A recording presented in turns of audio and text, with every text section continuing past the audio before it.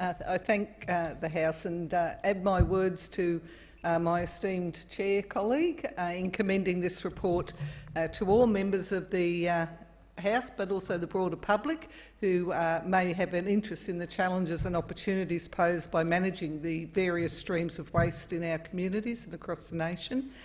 It was a challenge for the committee in interrogating the evidence presented to the inquiry over the last year, as the necessary restrictions imposed by coronavirus severely curtailed the normal round that we would have of public hearings and inspections.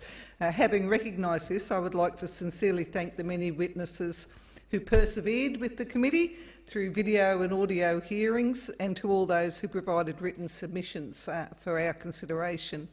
The report covers many of the challenges of moving towards a circular economy, encompassing both the opportunities and the barriers along the life cycle of products.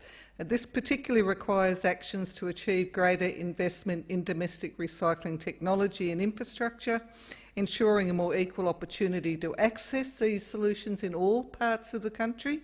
It requires actions to improve product stewardship and design so that the creation of waste is minimised and the opportunities for recovery and reuse are maximised. It requires national standards and specifications for recycling content to ensure trust in the product that is to be reused. It requires targeted government procurement policies so that governments at all levels both lead by example and provide a more assured market to enable the development of innovative recycled product businesses. This report canvasses established federal government policies and programs aimed at those challenges and opportunities.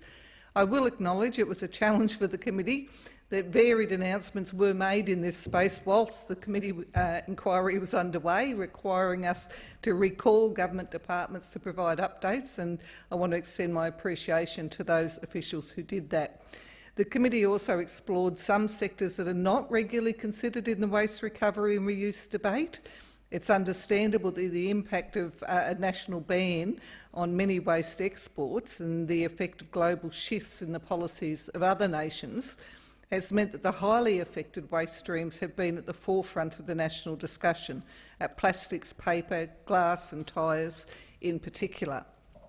However, there are real innovations and opportunities as well as potential challenges across other sections which the committee also explored: textiles, food and organic waste, medical waste, solar panels and wind turbines and mining waste. I believe it would be a fair assessment to say the evidence was overwhelmingly that there were many innovations already available to address waste, both Australian innovations and international ones. There was also significant evidence of the legislative and policy initiatives of other developed nations that have increased their movement towards the circular economy that Australia can learn from in improving our own framework. I would like here to acknowledge the significant and interesting work currently being undertaken by the CSIRO.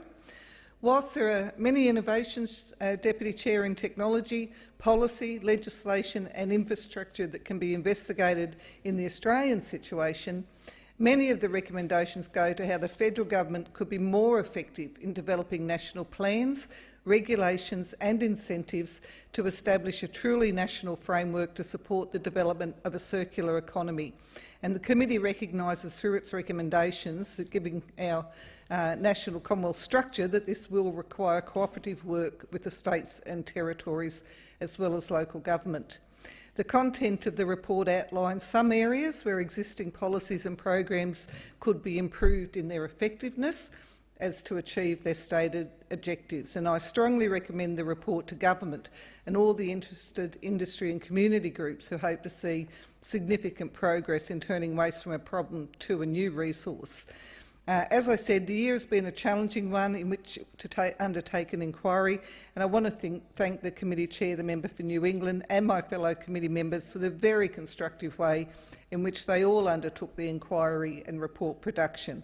I would particularly like to pay special acknowledgement to the Secretariat, some of whom are with us today, who faced the same challenges and rose to them with the highest professionalism. Dr Joel Bateman, who was the Secretary until the 9th of October, and to new Secretary Ms Rebecca Gordon, the Inquiry Secretary Ms Fran Denny, our Senior Research Officer Ms Tegan Scott, and Research Officer Mr Peter Richardson, and our Administrative Officer Ms Tamara Palmer. Thank you all.